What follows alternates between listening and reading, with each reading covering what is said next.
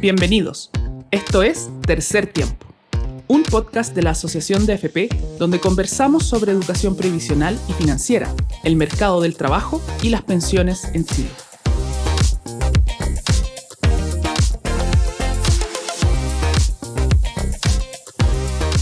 Hola a todos los que nos escuchan. Bienvenidos al primer capítulo del podcast Tercer Tiempo, que es un podcast que se va a enfocar en temas de interés público como la educación previsional, la educación financiera, los determinantes del mercado laboral, y es precisamente sobre ese tema que vamos a conversar hoy con nuestra primera invitada. Mi nombre es Alejandra López, soy gerenta de proyectos de la Asociación de AFP y hoy estamos acompañados por Elisa Cabezón, economista y actual directora de Evidencia en Pivotes, Laboratorio de Políticas Públicas. ¿Cómo estás, Elisa? Hola, Alex, muchas gracias por la invitación. Muchas gracias a ti por por estar en este podcast.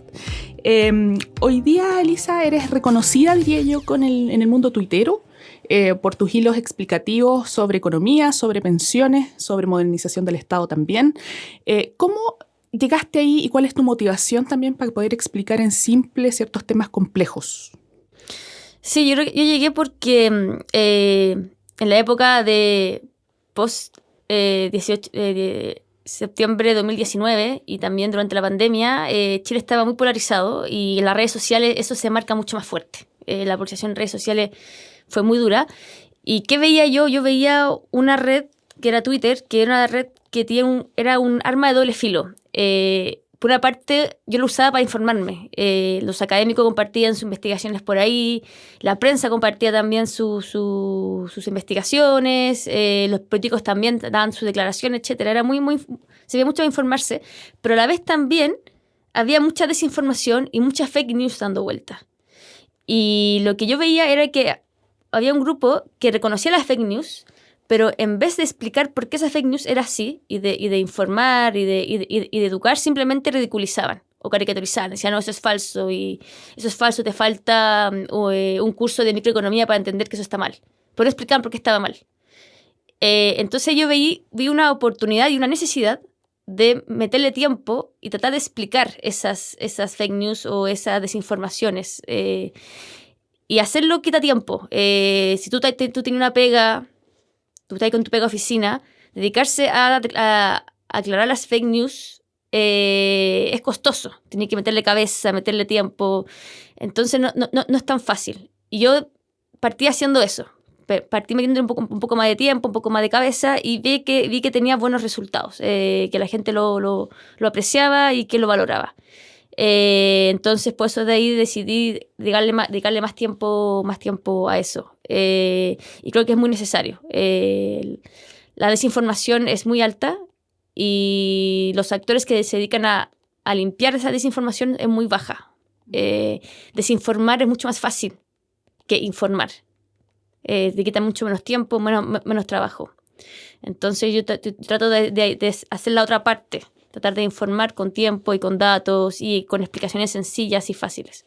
Sí, efectivamente yo creo que desinformar es mucho más simple porque en el fondo tampoco necesitas tener evidencia para poder desinformar muchas veces en Twitter. Sobre todo en Twitter, que probablemente es una de las redes sociales con más odio dando vuelta sí. en el ciberespacio. Hay de todo. Hay que ser fría, hay que tener cuero de chancho, como dicen. De todas maneras. Red. Sí. Y dentro de tus hilos de Twitter y también, por supuesto, de otras iniciativas que han hecho, como el podcast que tienen en Pivotes, uno de los temas que he visto también recurrente es la informalidad laboral. Y este es un tema que también sale y reflota muchas veces en el debate público, ya sea por el debate de pensiones o por lo que tiene que ver con el salario mínimo. Desde tu perspectiva, también, ¿cuáles son los determinantes de que hoy día en Chile exista una alta informalidad laboral? Yo creo que si tú te metías los datos y vi la serie de tiempo, una forma de medir la formalidad, hay dos formas de medirla. Hay una que para mí es más correcta, que no es la que usa el INE o la que usa la cifra de empleo. La cifra de empleo mide la tasa de informalidad, que es de la gente que trabaja, cuál es el porcentaje que está informal. Y en Chile es cerca de entre un 28 o 30%, ¿cierto? Esa es como la cifra que la gente tiene en la cabeza de informalidad. Pero yo creo que es más completo mirar otra cifra de formalidad, y que tiene más datos hacia atrás que la tasa de informalidad, que es la cobertura de formalidad, que es de la gente que está en edad de trabajar. ¿Cuántas personas tienen empleo formal? De total de gente mayor de 15 años que debe trabajar cuando tiene empleo formal. En Chile es un 36-37%. ¿Okay? Si tú miráis los países desarrollados de la OECD, los países de Europa, esa cifra es un 50%. Es una gran brecha que tenemos con los países más desarrollados. Claro. En Europa, cerca de la mitad de la población trabaja con un empleo formal y cotiza, aporta a la pensión. En Chile solamente un 37%. Es un dato para tener una brecha de referencia. Y además, otra cosa interesante, cuando tú miras estos datos de la cobertura de la formalidad, que yo quiero mirar, está muy, muy relacionada con el crecimiento de la economía. Cuando el PIB per cápita de Chile crece, la cobertura de la formalidad se expande. Cuando el PIB per cápita de Chile se estanca, esta cobertura se estanca.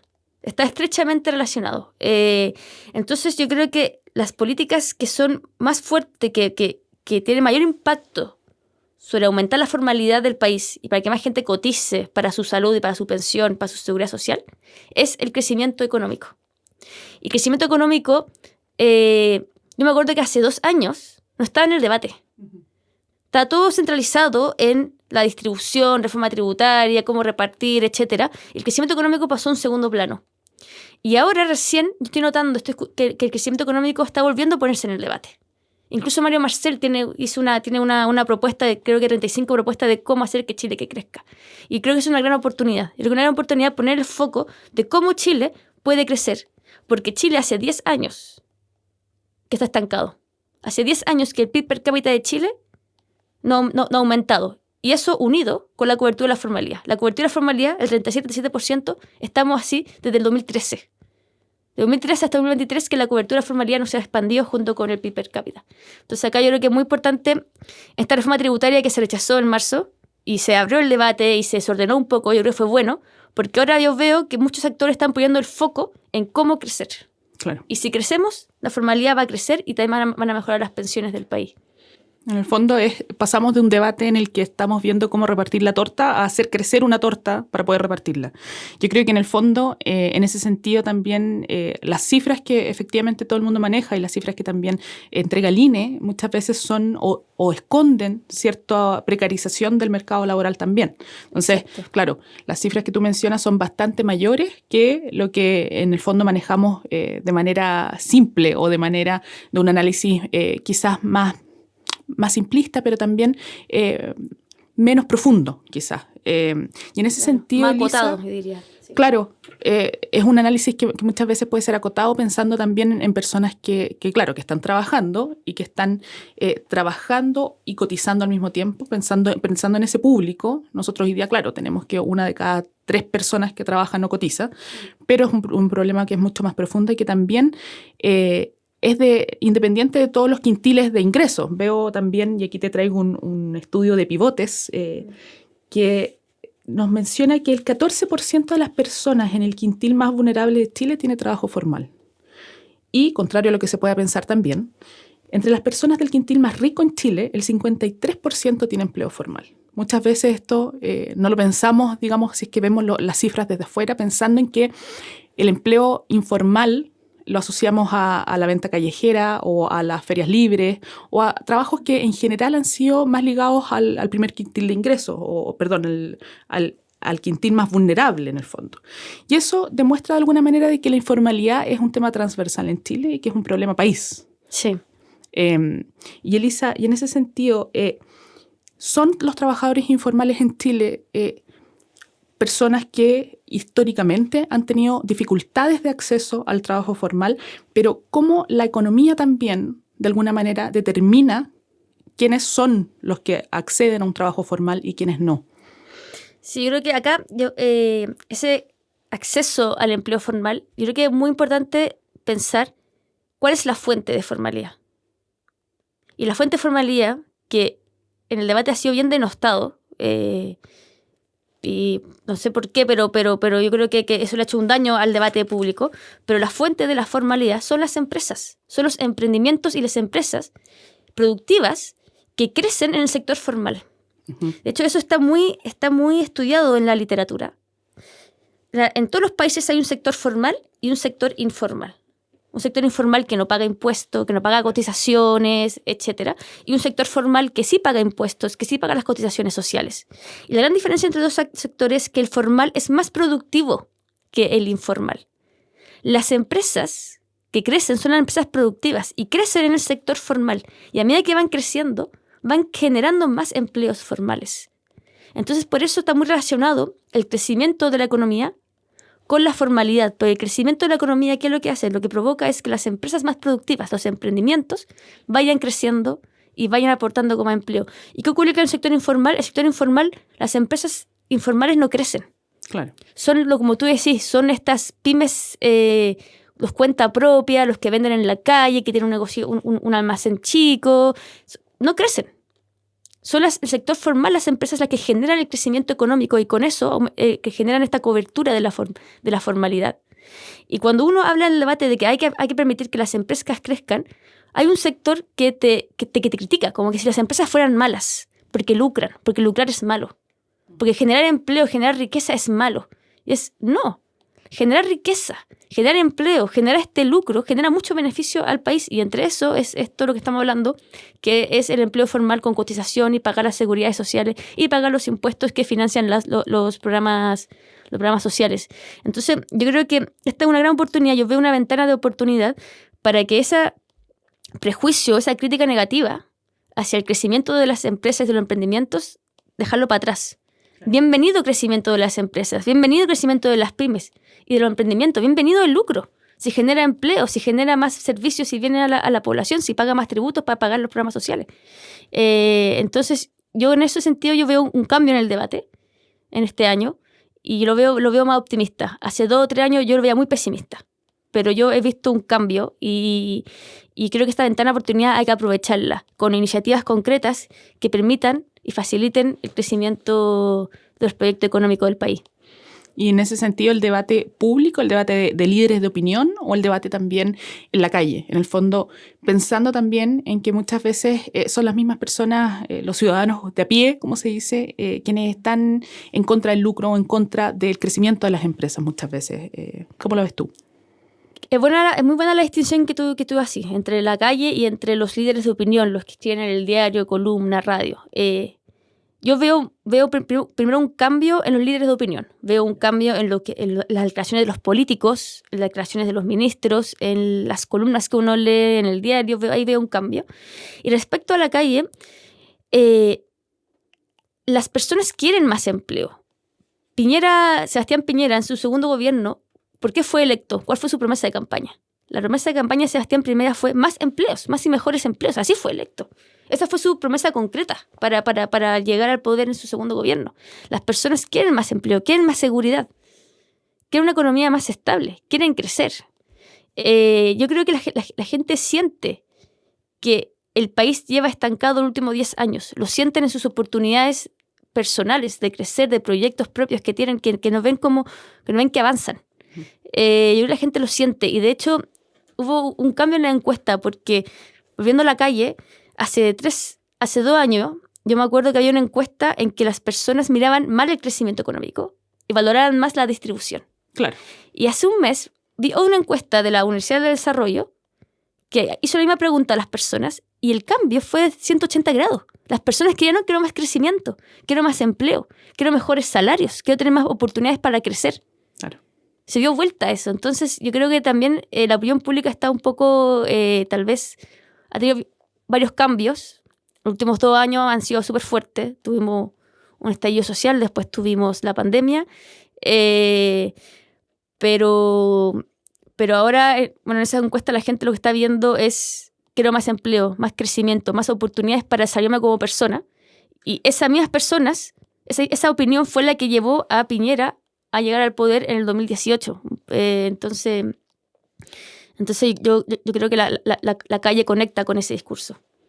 De todas maneras, yo creo que mucho tuvo que ver en el fondo la pandemia que destruyó varios puestos de trabajo, por supuesto porque venía después del estallido social, pero también pensando en las personas que son informales, personas que como bien decíamos anteriormente, muchas veces tenían comercio al paso, las restricciones de movilidad muchas veces cerraron oportunidades de trabajo y en el fondo eso creó también lo que venía después con los retiros, con los IFE y en el fondo yo creo que también eso de alguna manera permeó a la ciudadanía común, en el fondo, ciertos aspectos de la economía que muchas veces hasta ese minuto no lo teníamos muy claro. El concepto de inflación, por ejemplo, el concepto del empleo, de cuántas cifras, digamos, del INE, digamos, que siempre han estado, no eran del manejo común y yo creo que ahí también lo sintieron.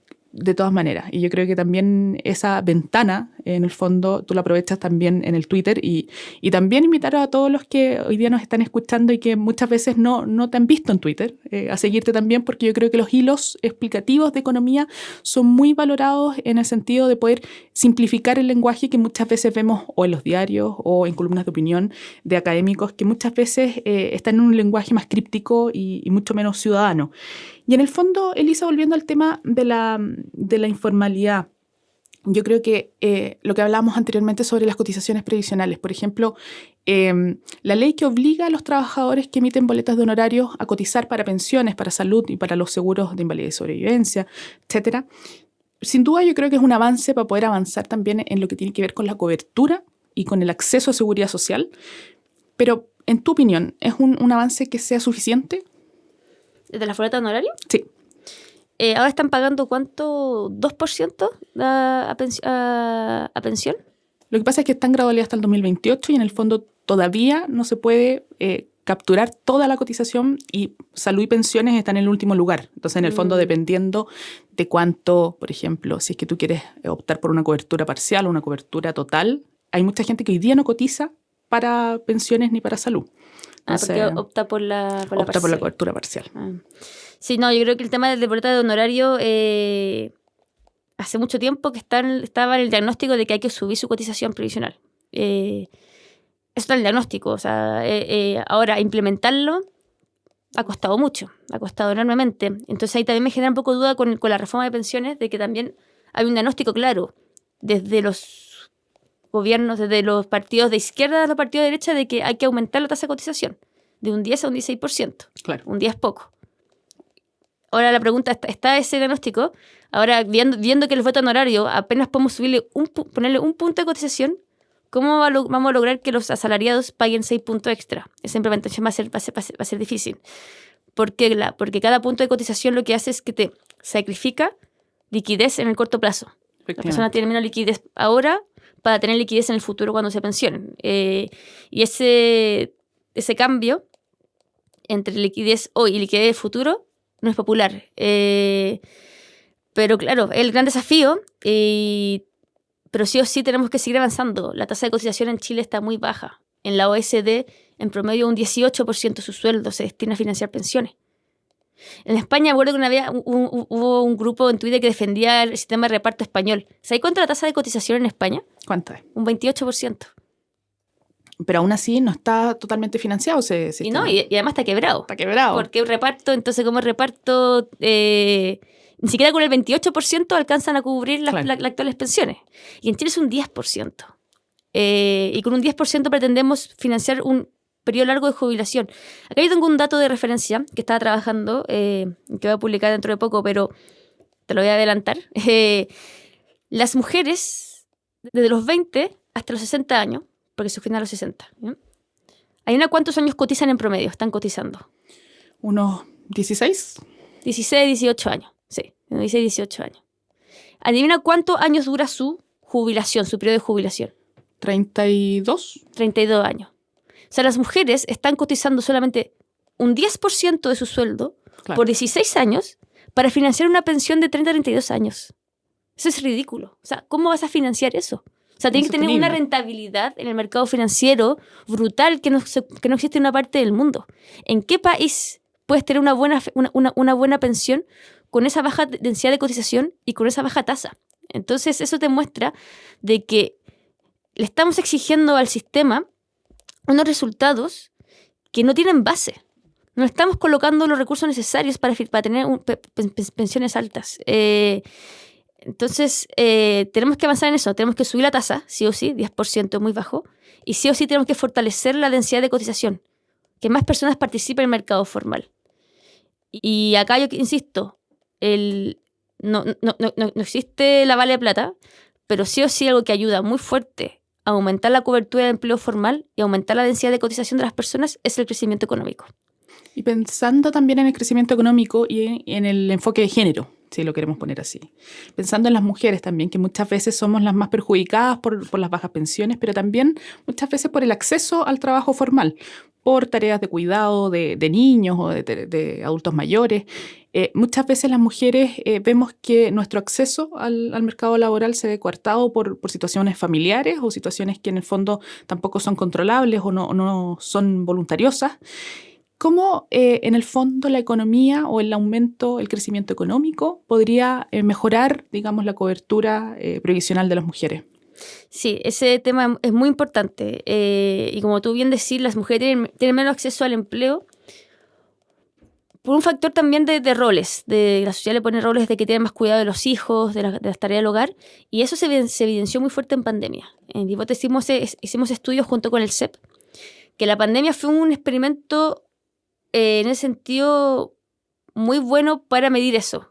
Porque la pandemia que ocurrió por las cuarentenas y por los cierres de los colegios y de los jardines, las tareas domésticas, la carga de tareas domésticas se agudizaron en pandemia. Entonces la pregunta fue sobre quién cayó.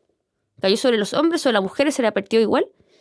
¿Y cuál fue nosotros nos metimos en los datos de empleo del INE y lo que encontramos es que las mujeres salieron más que los hombres del mercado laboral.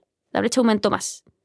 Y toda esa brecha se explica porque las mujeres tuvieron que asumir responsabilidades domésticas. Claro. Toda esa brecha se explicó. Entonces, eso te muestra de que Chile tenemos un factor cultural que recae más sobre las mujeres en los temas de responsabilidades domésticas y familiares y que eso sí es realmente una barrera para que ellas puedan insertarse en el mercado laboral y el mercado laboral formal sobre todo. Claro. Sobre todo, de hecho, hay otro estudio no hecho por nosotros, esto fue un estudio hecho por argentinos que estudiaron a Chile y encontraron que las mujeres, cuando tenían hijos, era más probable que abandonaran el mundo formal y se fueran al mundo informal. ¿Y por qué? Porque el mundo informal era más flexible, tenía más flexibilidad en sus horarios que en el mundo formal. El mundo formal es muy rígido. Tienen que cumplir horarios, no son dueñas de su tiempo. Entonces no es compatible con el cuidado de un hijo. Entonces el efecto de ser madre genera que es más probable que las mujeres abandonen la formalidad, abandonen la cotización para sus pensiones y se vayan al mundo informal donde tienen más flexibilidad de tiempo. Entonces hay un gran desafío. Ahora con el proyecto de ley de 40 horas colocaron más flexibilidad. Claro. Eso fue muy bienvenido. Ahora, creo que todavía tenemos poca flexibilidad si nos comparamos con los países de la OECD. En la OECD todavía hay más espacio de flexibilidad en el empleo formal que en Chile. Yo creo que todavía no queda trecho por recorrer. Pero fue un gran avance que se haya colocado flexibilidad en ese proyecto de ley. Me imagino también en jornadas que son media jornada, digamos, para trabajos formales.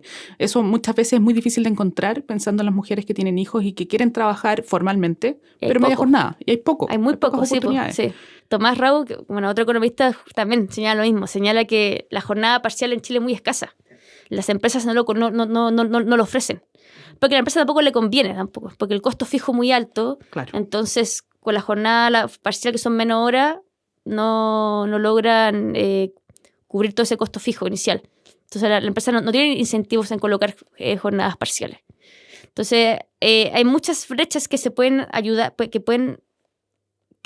o muchas barreras para las mujeres que se podrían reducir de a poco. Insisto, que se haya colocado flexibilidad laboral en marzo en el proyecto de ley de 40 horas, independiente si estoy de acuerdo o no con las 40 horas, pero estoy muy de acuerdo con que se hayan puesto medidas de flexibilidad, es un gran avance. Se abrió una puerta que en Chile hace años que nadie se atrevía a tocar. Y ahora se legisló hacia esa dirección. Y también creo que es una ventana que también hay que aprovechar. Hay que aprovechar ese cambio y tratar de meterle todavía más flexibilidad, yo creo, incluso. Y ver qué mecanismo podemos hacer para que las mujeres puedan compatibilizar el empleo con la familia. Y además no solamente eso. Hay que avanzar para que esta carga familiar se comparta entre hombres y mujeres. Es súper importante. Que se comparta entre el hombre y la mujer. O sea, el hijo se tiene entre dos personas, no se tiene solo con una persona. De todas maneras. No son la Virgen María. Entonces, se tiene que compartir esa carga. Claro, yo creo que el ideal efectivamente es que se dividan 50 y 50 las tareas de crianza, también las tareas del hogar. Pero claro, para ir como resumiendo, el crecimiento económico para poder tener empleo formal, tener oportunidades de crecimiento para las personas, independientes si son hombres o mujeres, pero también podemos avanzar en flexibilidad laboral para que las mujeres tengan oportunidad de ingresar al mercado laboral, de tener cobertura de seguridad social, por supuesto de ahorrar para pensiones. También puede ser alguna medida ayudar a las mujeres en las tareas de cuidado, en el fondo de crear redes de las cunas, lo que se ha venido avanzando hace algún tiempo. Eso sí, eso es muy bueno, sí. De hecho, la ley Sala Cuna, también hace 10 años que sabemos que esa ley, el diseño está mal, esa ley. ¿Por qué? Porque esa ley obliga a las empresas que tengan más de 20 trabajadoras a que ellas paguen una sala cuna, por ley, lo paga la empresa. Eso que provoca que hay un desincentivo a las empresas a contratar más de 20 mujeres porque tienen que pagar todo ese costo. Y eso hace muchos años que está ese diagnóstico, hay que cambiarlo. Y hay un proyecto de ley en el Congreso que mejora ese diseño y sigue ahí estancado, sin avanzar. Y eso podría ayudar mucho a las mujeres a insertarse en el mundo laboral, mujeres sobre todo que tienen hijos menores de 2 años. Claro. Y lo que permite esa ley es que primero quita esa restricción de 20 mujeres, o sea, es para todas. Segundo, que es un beneficio que se financia compartido entre el Estado y la empresa. Y tercero, que ese beneficio que paga la empresa lo pagan los trabajadores hombres y mujeres. Claro. No solo las mujeres tienen que pagar, también los hombres tienen que pagar por la. Entonces eso hace que contratar a una mujer no tenga un costo extra, sino que ese costo es igual es indiferente entre el hombre y la mujer. Y ese proyecto de ley está en el Congreso hace muchos años y ahí está estancado. Y eso sería una gran ayuda. Y claro, el otro es la red de cuidado. El gobierno tiene un proyecto sobre ese tema. Yo no me he metido mucho porque quieren crear ¿son servicios de cuidado? No sé cuál es el nombre correcto, pero que generar esa red de servicio para que las madres puedan dejar a su hijo y puedan ir a trabajar. No sé bien el detalle de esa ley, habría que ver bien cómo está el diseño, pero la idea me parece buena y necesaria. Y en el fondo, pensando en el mismo proyecto que mejora el diseño de la ley de Sala Cuna y pensando también en cómo aumentamos las formalidades de los distintos poderes del Estado, ¿cuál crees que es la piedra de tope? ¿Es voluntad política simplemente? Sobre el estancamiento que estamos viendo, yo creo que estamos con un sistema político no correcto. Estamos con un sistema político donde hay muchos partidos políticos en el Congreso, cada partido con poca representatividad, muy fragmentado, y como está tan fragmentado, hay pocas oportunidades de ponerse de acuerdo. Y yo creo que eso explica también un poco por qué estamos estancados también en el crecimiento económico del país hace 10 años también. Claro. Está todo muy correlacionado. Hay muchos factores, pero también esa fragmentación política de que cuesta mucho sacar adelante proyectos donde hay un gran consenso a nivel país de que se deben implementar y se debe avanzar hacia dirección, pero que se quedan estancados en el detalle, en la pelea chica, etc. Está explicado en gran parte por la fragmentación del sistema político. Y yo creo que la nueva Constitución puede ser una gran oportunidad para corregir esa fragmentación y diseñar un sistema político más sano, donde los partidos políticos tengan más fuerzas y también sean menos. Y ahí es más fácil de que conversen entre ellos, dialoguen entre ellos, negocien entre ellos. Esperemos que eso ocurra en este nuevo texto y se corrija eso. De todas maneras, y volviendo al primer punto, ¿crees que hay consenso social en que, por supuesto, que necesitamos más oportunidades de empleo, pero eso de alguna manera presiona a los líderes políticos o líderes de opinión hoy día? Necesitamos oportunidades de empleo, sí. Yo creo que los políticos lo saben, yo creo que los políticos lo dicen públicamente, pero más que decir el discurso de la necesidad es cuáles son las medidas concretas para generar esa mayor cantidad de empleo. La reforma tributaria, la que se rechazó, yo creo que tenía muchas iniciativas o medidas que iban en contra del crecimiento económico porque dañaban el mercado de capitales. El mercado de capitales, ¿qué es lo que hace? Es la fuente de financiamiento de proyectos, de inversiones a los hogares, etcétera, ¿cierto? entre eso la inversión que el crecimiento económico. Y ese proyecto, la reforma tributaria tenía unas medidas que debilitaba la inversión en Chile, debilitaba el financiamiento de proyectos económicos. Entre esos eran los impuestos a la autoridad retenida, aumentar el impuesto a la ganancia de capital, la desintegración completa entre los impuestos que tú pagas como persona y lo que paga la empresa, donde tú inviertes. Son puros detalles que lo que hacen es desincentivar a Chile o debilitar a Chile como lugar para recibir las inversiones de los chilenos y de otros países. No somos competitivos. No somos competitivos con otros países para recibir el mercado de capitales, para recibir las inversiones. Y eso debilita el crecimiento del país. Entonces, yo creo que fue bueno que se haya rechazado y que eso ahora se esté discutiendo nuevamente y que se pueda corregir. Y si se llega a llegar a un acuerdo de una reforma tributaria, ojalá sea una reforma que no debilite la inversión y el ahorro en el país, como lo debilitaba el proyecto original, porque eso sí o sí dañaría la creación de empleos, sí o sí. De todas maneras. Bueno, te quiero agradecer, Elisa, por participar hoy día en nuestro podcast. Estamos con Elisa Cabezón, directora de Evidencia en Pivotes, Laboratorio de Políticas Públicas, en nuestro podcast Tercer Tiempo, hablando, por supuesto, de informalidad laboral, de sus implicancias y también de crecimiento económico y sus alcances. Así que te quiero agradecer, Elisa, por venir hoy. Muchas gracias. Gracias, muchas gracias por la invitación. Yo feliz de estar acá. Y con esto despedimos nuestro podcast de hoy. Te dejamos también invitado al próximo capítulo.